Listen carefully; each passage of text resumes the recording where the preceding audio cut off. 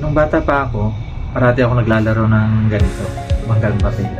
Ang problema, pag nilalagay na sa tubig, parati siyang nalulusaw, nasisira agad. Ngayon, matanda na ako, matanda na talaga, sakit sa tuhod na. Ngayon, naisip ko na paano gumawa ng bangkang papel na hindi agad siya nasisira pag nilagay na sa tubig. Hindi lang to bangkang papel kasi nilagyan ko na din to ng electronics. At saka dahil dito, naging ano na siya, solar powered paper mache remote control boat. So yun na yung ginawa ko. Gusto kong hanapan ng paraan kung paano lulutang yung papel ng medyo matagal na hindi agad siya nasisira, hindi agad siya nakakain ng o nalulusaw ng tubig. Dagdag pa na hamon yung paggamit ng solar, kung kaya bang mapatakbo ito na gamit yung sikat ng araw. So syempre sa ibang bansa dami ng mga ganyang laruan, pero dito sa atin konti lang yung mga nag-i-experiment ng paggamit ng solar sa mga laruan. So hindi ko nga sure kung meron ng ganito na laruan dito sa atin. So gumawa ako ng sarili ko. At saka eto, tignan natin, samahan niyo ako kung magiging effective ba yung paggamit ng papel, paggamit ng solar para sa bangka.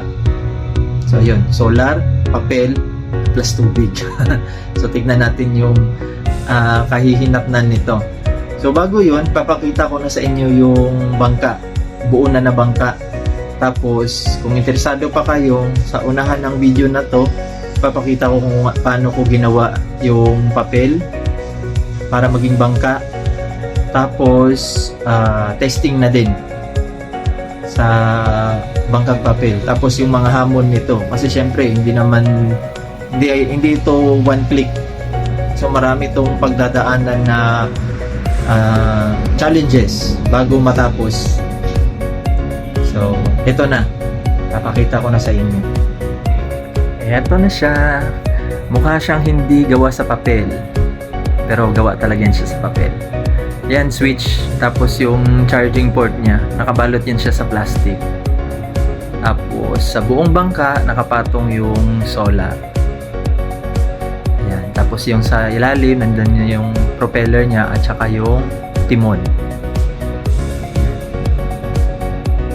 So kita pa yung servo nung sa timon, yung butas dyan. Pero may plastic din yan para hindi pasukan ng tubig.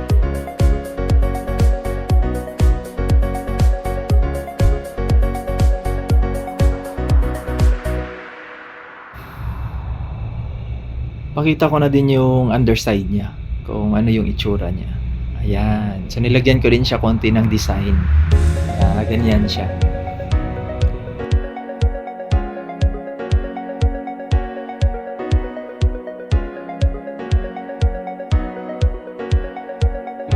Ito na, papakita ko na kung paano ko binuo to, paano siya naging ganyan. Ito yung propeller na gamit ko. Yung nakikita nyo na blue at saka kulay orange, gawa ko na lang yan. Para yan hindi pasukin ng tubig. So yung laman yan, grasa. So yan. Yan yung propeller. Yung propeller pala at saka yung shaft, nabili ko lang sa Shopee.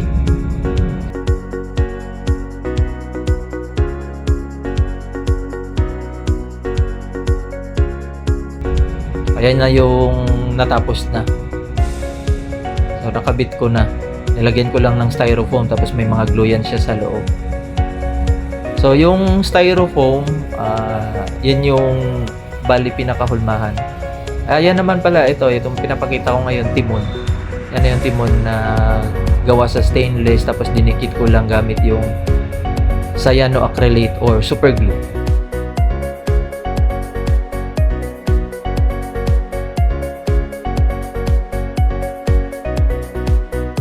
Habang ginagawa ko pala yung bangka ko, naabutan ako ng medyo masamang panahon. Yan, makulimlim. Maulan din. Kaya kailangang matuyo ng mabilis, kaya nilagay ko na sa likod ng aircon para matuyo agad at mapinturahan na.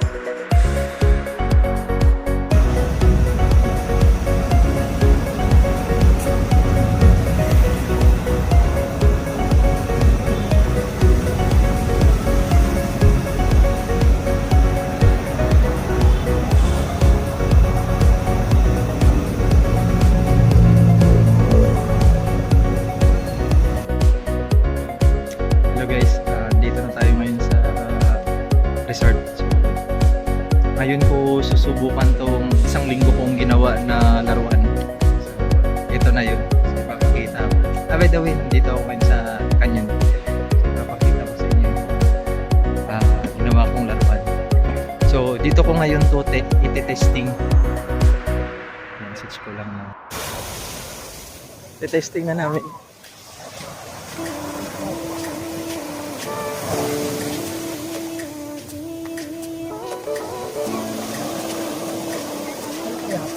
Hindi ko alam eh. Ilalagay ko muna dun sa malalim. Dito na. Ako na. Diba? Para ibat lang natin yung mga kamera.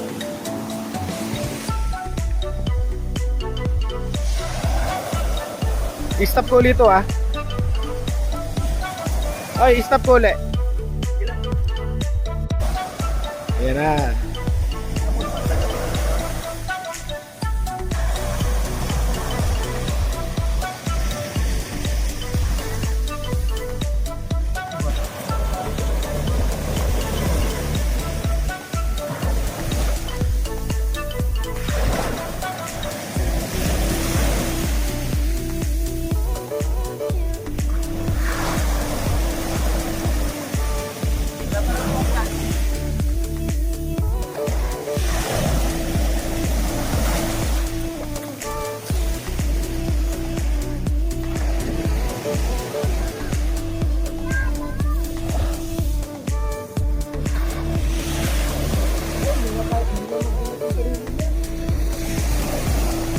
Pero maandar. Siguro. Baka nakastack up. Baka mabasa.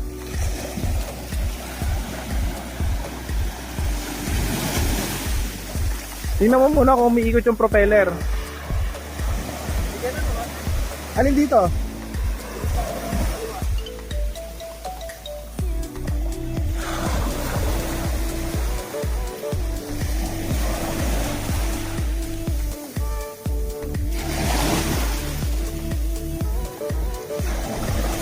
Nikot? Mahina?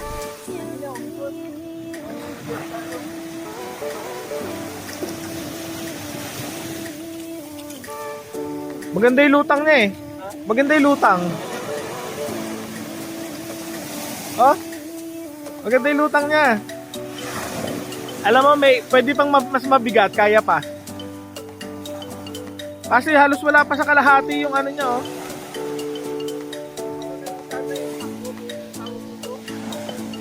Pandarin mo. Hindi na kaya? Ayaw? Ba't ayaw? Kailangan niya yan. The short? Ba't wala bang karga?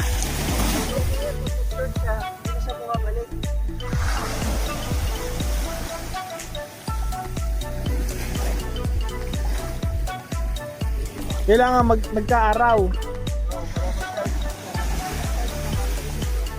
BMS. Dapat pala, huwag mo nalagyan ng BMS eh. Dapat wala ng BMS. Kinondem mo yung BMS. Sa gabal eh. Maganda yung lutang oh.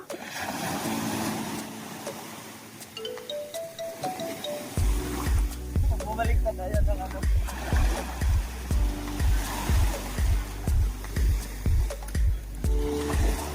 Dapat pala bumalik na, dapat isang ano bumabalik.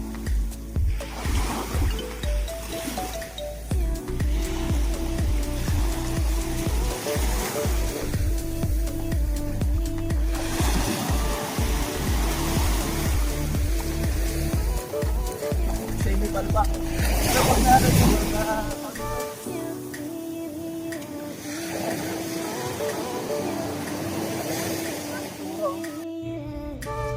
so yun guys, semi-palpak kasi hindi siya gumana.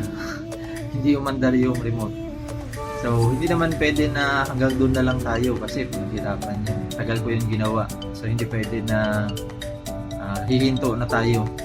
So abangan nyo yung sa part 2 kasi aayusin ko yun. Hahanapin ko yung problema na. Kasi ang ano doon, ang problema, tingin ko nasa baterya kasi namatay siya eh. Hindi na siya gumana. Tapos kailangan isalpak yung charger bago siya umandar ulit. Tapos nagkataon na umagang-umaga yun sinubukan, pinagana. Bale, walang araw. So, hindi natin na kinabangan yung solar nung time na yun. At saka, masama yung panahon nun eh. Buong araw yun na maulan. So, walang chance na makapag-charge. At naiwan din yung charger. So, ayun. Yung part 2 nito, ayusin natin yung baterya at titignan kung saan yung pinaka problema. Nandito na lang yung video. Abangan nyo yung part 2. So sigurado meron talagang part 2 kasi kailangan nating mapagana. So, nandito na lang. Thank you sa panonood. Thank you.